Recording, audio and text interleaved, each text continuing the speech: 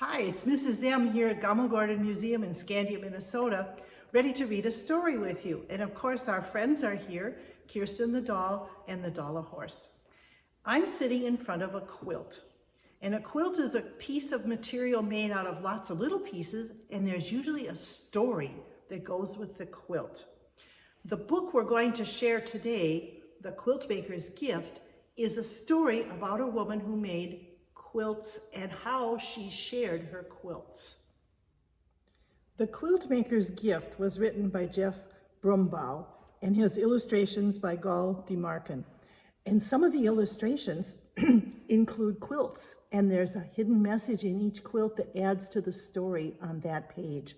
When you look at the book, be sure you learn about the quilts too.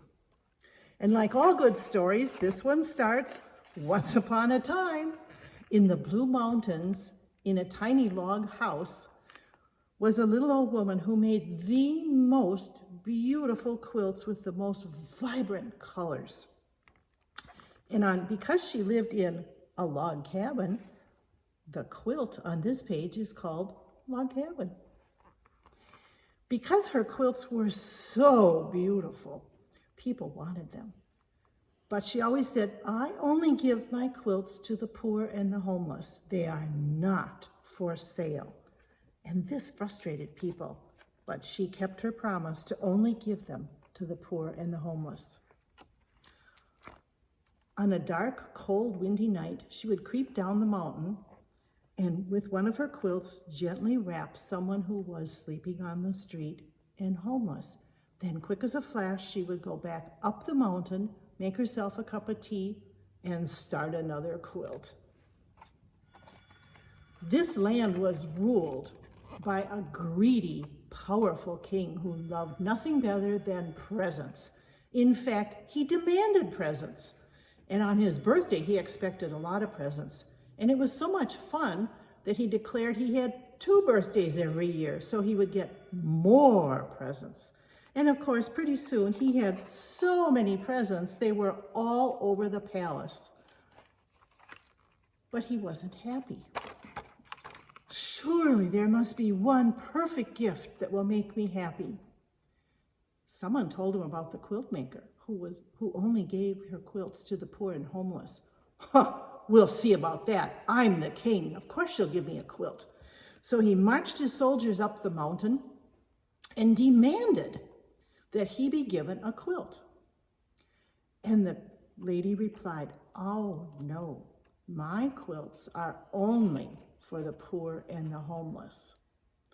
And the king said, but I want one. And the woman thought about it for a while, and she said, well, to really be happy, you have to give a gift. No, I want gifts. I don't give gifts, said the king. And the soldiers tried to seize her beautiful quilt, and she threw it up in the air, and the wind blew it away. It was gone. This did not make the king very happy. So he took her prisoner, marched her through the town, and took her to a blacksmith who made a ring around her neck, and then they took her to a cave of a bear and chained her next to the bear. And the king said, surely the bear will eat her for breakfast. Now this poor bear in his cave was not sleeping very well. He was sleeping on rocks, and it made him grumpy. When he woke up and saw the woman sitting there, he was astonished. And she said, oh, you poor dear, no wonder you're so grumpy. You've been sleeping on rocks. Why don't you go out and bring in some nice soft pine boughs, and I'll make a pillow for you out of my shawl, which she did. And the bear was so pleased. He broke the collar off the old woman. Meanwhile, back at the castle, the king isn't sleeping very well because while he's greedy and wants a lot of things, he's really not terribly mean. And he laments, what have I done? Oh dear, this is awful. So he woke up all the soldiers in their jammies and told them, you must go up and rescue that woman from the bear.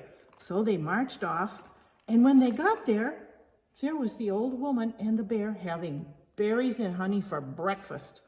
The bear did not eat the old woman. When the king heard that the old woman had done a nice thing for the bear, he got grumpy again. And he determined that he was going to get rid of her once and for all. He had his island makers row out in a lake and build a tiny, tiny island just for her. And then he took her out there and left her alone. Well, the old woman was on the island, and along came a terrible, strong wind. And a little tiny sparrow came and landed. And it was shivery and cold, and she had kindness for the sparrow, so she made a tiny vest for the sparrow. The sparrow warmed himself up, flew away, and the next thing she knew, all the sparrow's friends were flying around her, creating a great wind, and they lifted her up and took her off the island. Well, the king heard about this too, and he was grumpy. And he said, "What am I going to do about this?" So he went again, sent his soldiers in their jammies off to the island, and there, the woman wasn't on the island. She was back on shore, sitting in a tree, surrounded by little birds in purple vests. She had made vests for all the birds, and of course they were grateful, and they got her off the island. And the king said, "I want one of your quilts, please."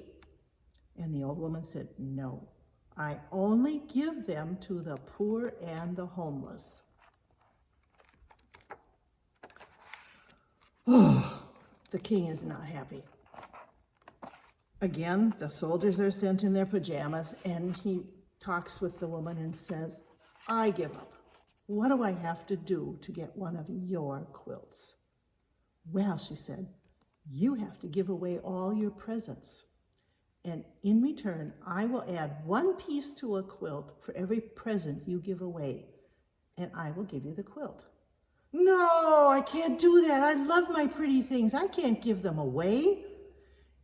Weeks went by, and then finally the king realized, okay, I'll have to give away some of my treasures. And he thought and he thought. And finally he felt he could share one marble with a little boy.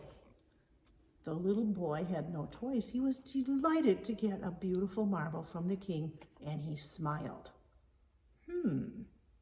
Maybe there's something to this. So the king continued to give away things, and each time he got a smile. And then finally one day, the king smiled. That was the day he gave away his merry-go-round. Everybody in the town was delighted to see the merry-go-round, and they started to dance and sing, and the king even joined in.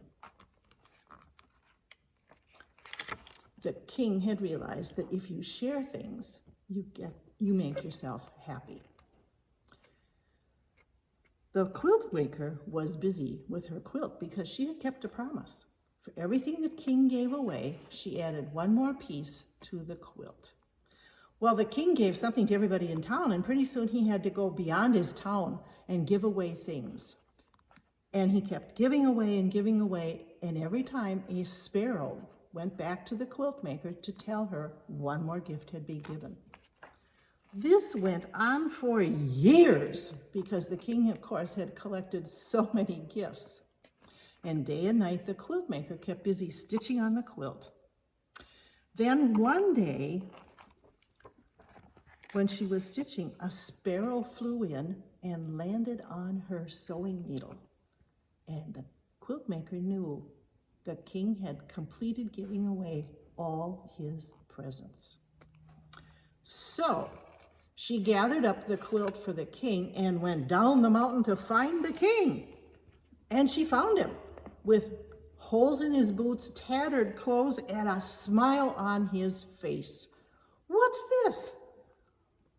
The quiltmaker presented the quilt to the king. She said, "I kept my promise. Every time you gave away a gift, I added a piece to your quilt.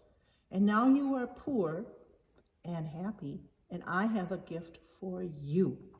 It is a quilt made just for you, and it's filled with memories of happiness from all the kindnesses that you did." The king wanted to give her a gift, So he had a cart brought up the mountain with his throne on it, and he gifted it to her. And every night as she was sewing in her cabin, the king would come and visit her and share stories with her. And then the king would take the quilt and go down the mountain and give it to the poor. So it really is in our best interests to always share our gifts with other people. Don't keep them for yourselves. Thanks for listening. I'll look for you another time when we have another story here at Gammelgården. Bye-bye.